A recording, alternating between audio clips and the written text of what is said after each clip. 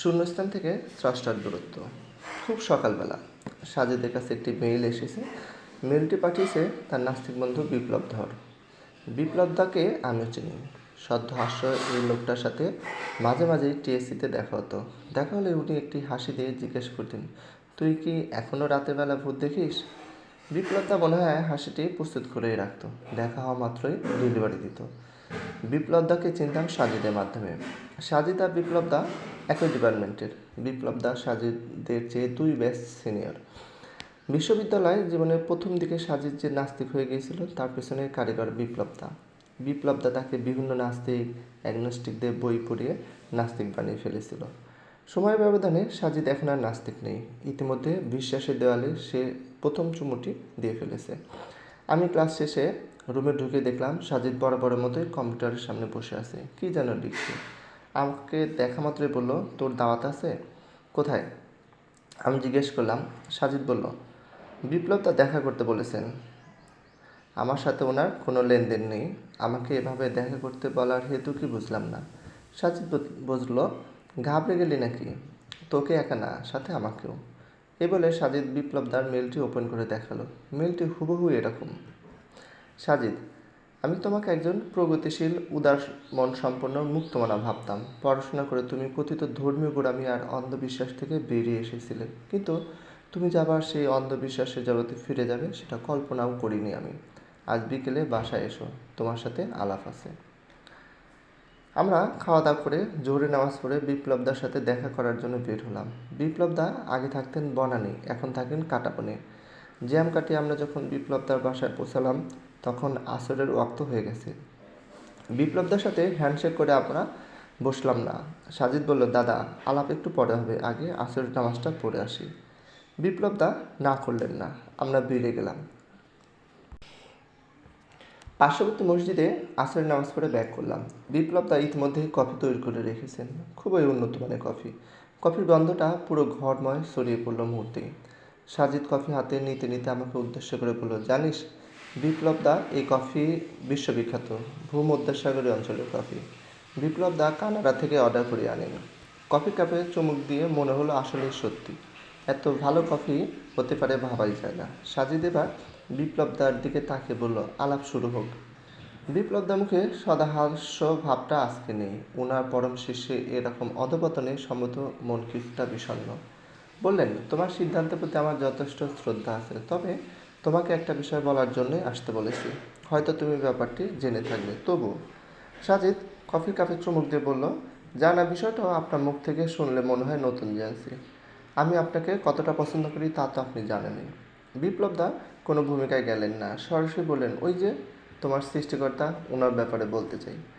তুমি বিজ্ঞানের ছাত্র, তুমি হয়তো এ ব্যাপারে জানো। সম্প্রতি বিজ্ঞান প্রমাণ করেছে এই মহাবিশ্ব সৃষ্টিতে সৃষ্টিকর্তার কোনো ভূমিকা নেই। মহাবিশ্ব সৃষ্টি হয়েছে শূন্য থেকে। আগে তোমরা বিশ্বাসীরা বলতে একটা সামান্য সূর্য যখন কোনো কারিগর ছাড়া এমনকি এমনি এমনি তৈরি হতে পারে না, তাহলে এই গোটা মহাবিশ্ব কীভাবে তৈরি হবে আপনা আপনি। কিন্তু বিজ্ঞান এখন বলছে এই মহাবিশ্ব শূন্য থেকে আপনা আপনিই তৈরি হয়েছে, কারো সাহায্য ছাড়াই। এই কথাগুলো বিপ্লবদা এক নাগাড়ে বলে গেলেন। মনে হয়েছে তিনি কোনো নিঃশ্বাসই নেননি এতক্ষণ। সাজিদ বলল, অদ্ভুত তো, তাহলে তো আমাকে আবার নাস্তিক হয়ে ফিরে যেতেই হবে দেখছি, হা হা হা। সাজিদ চমৎকার একটা হাসি দিল। বিপ্লবদা সেদিকে মনোযোগ দিয়েছেন বলে মনে হলো না। উনি মোটামুটি একটা লেকচার শুরু করেছেন। আমি আর সাজিদ খুবই মনোযোগী ছাত্রের মতো ওনার বৈজ্ঞানিক কথাবার্তা শুনছিলাম। তিনি যা বোঝালেন তার সারসংক্ষেপ ঠিক এরকম। পদার্থবিজ্ঞানে নতুন দিগন্তের উন্মোচন করেছে কোয়ান্টাম মেকানিক্স। এই কোয়ান্টাম মেকানিক্সে একটি থিওরি আছে, সেটি হতে কোয়ান্টাম ফ্যাক্সুয়েশন।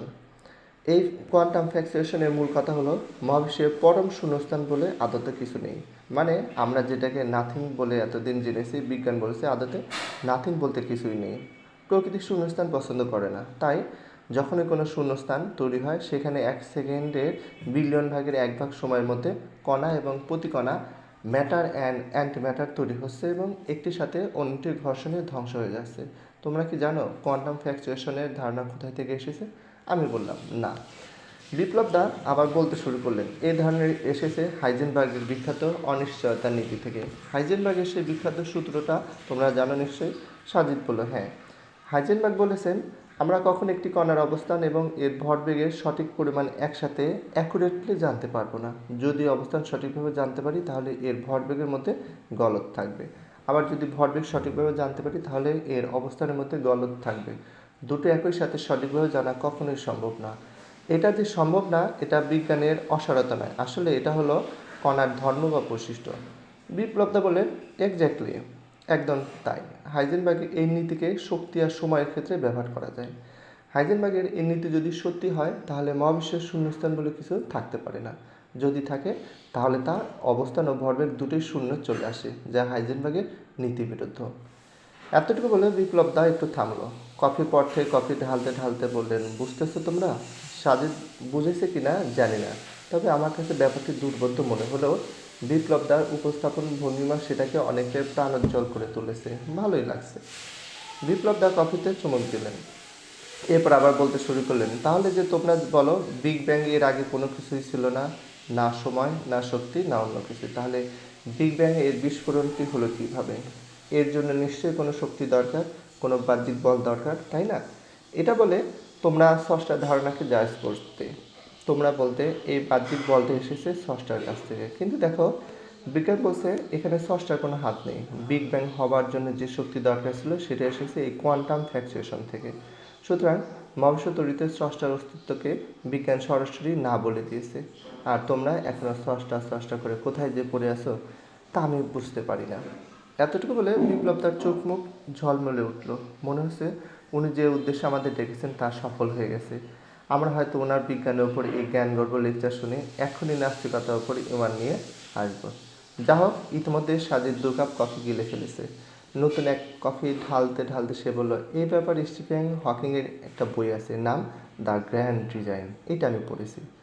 সাজিদের কথা শুনে বিপ্লব দাকে খুব খুশি মনে হলো। তিনি বললেন, বাহ, তুমি তাহলে পড়াশোনা স্টপ করোনি। বেশ বেশ, পড়াশোনা করবে, বেশি বেশি পড়বে, যত পড়বে তত দৃষ্টিভঙ্গির প্রসারতা বাড়বে। সাজিদ হাসলো। হেসে সে বলল, কিন্তু দাদা, এই ব্যাপারে আমার কনফিউশন আছে। কোন ব্যাপারে? বিপ্লব দার প্রশ্ন। স্টিফেন হকিং আর লিওনার্ড স্নোদিনোর বই দ্য গ্র্যান্ড ডিজাইনের ব্যাপারে।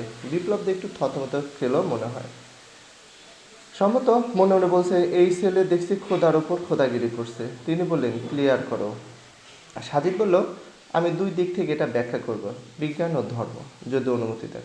অবশ্যই, বিপ্লব দা বললেন। আমি মুগ্ধ শ্রোতা। গুরু আর প্রাক্তন শিষ্যের তর্ক জমে উঠেছে।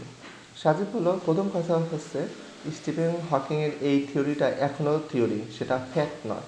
এই ব্যাপারে প্রথম কথা বললেন বিজ্ঞানী লরেন্স ক্রাউস। তিনি এটা নিয়ে বিশাল সাইজে বই লিখেছেন। বইটার নাম এ ইউনিভার্স ফ্রম নাথিং। অনেক পরে এখন স্টিফেন হকিং এটা নিয়ে ওনার দ্য গ্র্যান্ড ডিজাইনের কথা বলেছেন। ওনার এই বইটা প্রকাশ হওয়ার পর CNN-এর এক সাংবাদিক হকিংকে জিজ্ঞাসা করেছিলেন, আপনি কি ঈশ্বরে বিশ্বাস করেন? হকিং বলেছিলেন, ঈশ্বর থাকলেও থাকতে পারে, তবে মহাবিশ্ব তৈরিতে তার কোনো প্রয়োজন নেই। বিপ্লব দা বলল, সেটাই। উনি বোঝালেন যে ঈশ্বর মূলত ধার্মিকদের একটি অকার্যকর বিশ্বাস। হকিং কি বুঝিয়েছেন জানি না, কিন্তু হকিংয়ের ওই বইটা অসম্পূর্ণ, কিছু বিতর্ক আছে। বিপ্লব দা কফির কাপ রাখতে রাখতে বললেন, বিতর্ক মানে? দাঁড়ান বলছি। বিতর্ক মানে উনি কিছু বিষয় বইতে পরিষ্কার করেননি। যেহেতু এটা বিজ্ঞান মহলে প্রমাণিত সত্য নয়, তাই এটা অনেক বিতর্কিত হয়েছে। ওনার বইতে যে বিতর্কগুলো আছে সেগুলো ধারাবাহিকভাবে বলছি। বিতর্ক নম্বর 1, হকিং বলেছেন শূন্য থেকেই কোয়ান্টাম ফ্ল্যাকচুয়েশনের মাধ্যমে বস্তুকণা তৈরি হয়েছে এবং সেটা মহাকর্ষ বলের মাধ্যমে নিউট্রালাইজ হয়েছে। এখানে প্রশ্ন হলো, শূন্য বলতে হকিং কি একদম নাথিং, কোনো কিছুই নেই এরকম বুঝিয়েছেন, নাকি কোয়ান্টাম ভ্যাকুয়াম বস্তুর অনুপস্থিতি বুঝিয়েছেন? সেটা পরিষ্কার করেননি। হকিং বলেছেন শূন্যস্থানে বস্তুকণার মাঝে কোয়ান্টাম ফ্ল্যাকচুয়েশন হতে হলে সেখানে মহাকর্ষ বল প্রয়োজন, কিন্তু ওই শূন্যস্থানে যখন সময় আর স্থান তৈরি হয়নি, ঠিক কোথা থেকে এবং কীভাবে মহাকর্ষ বল এলো তার কোনো ব্যাখ্যা হকিং দেননি। বিতর্ক নম্বর 2, হকিং তার বইতে বলেছেন মহাবিশ্ব তৈরি হয়েছে একদম শূন্য থেকে কোয়ান্টাম ফ্ল্যাকচুয়েশনের মাধ্যমে। তখন সময়ের আচরণ আজকের সময়ের মধ্যে ছিল না, তখন সময়ের আচরণ ছিল স্থানের এত। কারণ এই ফ্ল্যাকচুয়েশন হওয়ার জন্য প্রাথমিকভাবে সময়ের দরকার ছিল না, স্থানের দরকার ছিল। কিন্তু হকিং তার বইতে এই কথা বললেন যে সে সময় মহাবিশ্বের একদম শুরুতে স্থানের মতো আচরণ করেছে, সেই সময়ের পরে ঠিক কবে আবার কখন থেকে আবার টাইমের মতো আচরণ শুরু করলো এবং কেন। আমি বিপ্লবদার মুখের দিকে তাকলাম। তার চেহারা উৎফুল্ল ভাবটা চলে গেছে। সাজিদ বলে যাচ্ছে। বিতর্ক নাম্বার 3, বিতর্ক নাম্বার 3, পদার্থবিদ্যার যে সূত্র মেনে কোয়ান্টাম ফ্ল্যাকচুয়েশন হয়েছে, মহাবিশ্ব তৈরি হলো, তখন শূন্য অবস্থায় পদার্থবিদ্যার এই সূত্রগুলো বলবৎ থাকে কী করে? এটা ব্যাখ্যা হকিং দেননি। বিতর্ক নাম্বার 4, আপনি বলেছেন প্রকৃতি শূন্যস্থান পছন্দ করে না, তাই শূন্যস্থান পূরণ করতে আপনা আপনি কোয়ান্টাম ফ্ল্যাকচুয়েশন হয়ে মহাবিশ্ব তৈরি হয়েছে। আমার প্রশ্ন হলো, যেখানে আপনি শূন্যস্থান নিয়ে কথা বলছেন, যখন সময় ছিল না, স্থান ছিল না, তখন আপনি প্রকৃতি কোথায় পেলেন? সাজিদ হকিংয়ের বইয়ের 5 নাম্বার বিতর্কের কথা বলতে যাচ্ছিল। তাকে থামিয়ে দিয়ে বিপ্লবদা বললেন, ওকে ওকে, বুঝলাম। আমি বলছি না যে এই জিনিসটা একেবারে সত্যি। এটা নিয়ে তর্ক বিতর্ক হবে, আলোচনা সমালোচনা হবে, আরও পরীক্ষা নিরীক্ষা হবে, তারপর ডিসাইড হবে যে এটা ঠিক না ভুল। সাজিদের কাছে বিপ্লবদা এরকম মৌন পরাজয় আমাকে খুব তৃপ্তি দিল। মনে মনে বললাম, yes Sajid, you can. Sajid বলল, হ্যাঁ, সে পরীক্ষা চলতে থাকবে। যদি কোনো দিন এই থিওরি সত্যিও হয়ে যায়, তাহলেও আমাকে ডাক দিয়ে না দাদা, কারণ আমি কোরআন দিয়ে এটাকে প্রমাণ করে দিতে পারবো। সাজিদ এই কথা শুনে আমার হিসকি উঠে গেল। কি বলল? এতক্ষণ যেটাকে গলত বলেছে সেটাকে আবার কোরআন দিয়ে প্রমাণ করবে বলেছে, কিভাবে সম্ভব? বিপ্লবদা বুঝল না। তিনি জিজ্ঞাসা করলেন, কীরকম? সাজিদ হাসলো, বলল, শূন্য থেকে মহাবিশ্বের সৃষ্টির কথা আসলে আল কোরআনে বলা আছে দাদা। আমি আরও অবাক হতে থাকলাম, কি বলে এই ছেলে? সে বলল, আমি বলছি না যে কোরআন এসেছে কোয়ান্টাম ফ্ল্যাকচুয়েশনের কথাই বলেছে। কোরআন যার কাছ থেকে এসেছে তিনি তার সৃষ্টি জগতের সৃষ্টির ব্যাখ্যা দিয়েছেন। সেটা বিগ ব্যাং এলেও পাল্টাবে না, কোয়ান্টাম ফ্ল্যাকচুয়েশনের থিওরি এলেও পাল্টাবে না, একই থাকবে। বিপ্লবদা বলল, কোরআনে কি আছে বললে যেন? সাজিদ বলল, সূরা বাকারার 117 নম্বর আয়াতে বলা আছে, যিনি মহাকাশ ও পৃথিবীকে অনস্তিত্ব থেকে অস্তিত্বে আনেন। এখানে মূল শব্দ বাইদু বা অরিজিনেটর। সেখান থেকে অস্তিত্ব অনস্তিত্বের ধারণা। এবং যখন তিনি কিছু করার জন্য সিদ্ধান্ত গ্রহণ করেন, তখন শুধু বলেন হও, আর তা হয়ে যায়। দেখুন, আমি আবারও বলছি, আমি এটা বলছি না যে আল্লাহ তাআলা এখানে কোয়ান্টাম ফ্ল্যাকচুয়েশনের কথাই বলেছেন। তিনি তার সৃষ্টির কথা বলেছেন। তিনি অনস্তিত্ব বা নাথিং থেকে অস্তিত্ব সামথিং এনেছেন। এমন না যে আল্লাহ তার হাত দিয়ে প্রথমে মহাবিশ্বের ছাদ বানালেন, তারপর তাতে সূর্য, চাঁদ, গ্যালাক্সি এগুলো একটা একটা করে বসিয়ে দিয়েছেন। তিনি কেবল নির্দেশ দিয়েছেন। হকিংও একই কথা বলেছেন, কিন্তু তারা বলছে এটা এমনি এমনি হয়ে গেছে, শূন্য থেকেই। আল্লাহ তাআলা বলেছেন, না, এমনি হয়নি। আমি যখন নির্দেশ করেছি হও কোন, তখন তা হয়ে গেল। হকিং ব্যাখ্যা দিতে পারছে না যে এই কোয়ান্টাম ফ্ল্যাকচুয়েশনের জন্য মহাকর্ষ বল কোথায় থেকে এলো, সময় কেন, কিভাবে স্থান হলো, পরে আবার সেটা সময় হলো। কিন্তু আমাদের স্রষ্টা ব্যাখ্যা দিয়েছেন, তিনি বলেছেন হতে, আর তা হয়ে গেল। ধরুন একজন ম্যাজিশিয়ান ম্যাজিক দেখাচ্ছে। ম্যাজিশিয়ান বসে আছে স্টেজের এক কোনায়, কিন্তু সে তার চোখের ইশারায় ম্যাজিক দেখাচ্ছে। দর্শক দেখছে। খালি টেবিলের ওপর হঠাৎ একটা কবুতর তৈরি হয়ে গেল এবং সেটা উড়েও গেল। দর্শক কী বলবে, এটা কোয়ান্টাম ফ্ল্যাকচুয়েশনের মাধ্যমে হয়ে গেছে? না, বলবে না। এর পেছনে ম্যাজিশিয়ানের কারসাজি আছে। সেই স্টেজের এক কোণা থেকে চোখ দিয়ে ইশারা করেছে বলেই এটা হয়েছে। সৃষ্টির এই সূচনার ব্যাপারটাও এমন। তিনি শুধু বলেছেন হও, আর মহাবিশ্ব আপনা আপনিই হয়ে গেল। আপনাদের সেই শূন্যস্থান থেকে স্রষ্টার দূরত্ব কেবল ওই হও পর্যন্তই। মাগরিবের আজান পড়তে শুরু করেছে। বিপ্লবদাকে অনেকটাই হতাশ হতে দেখলাম।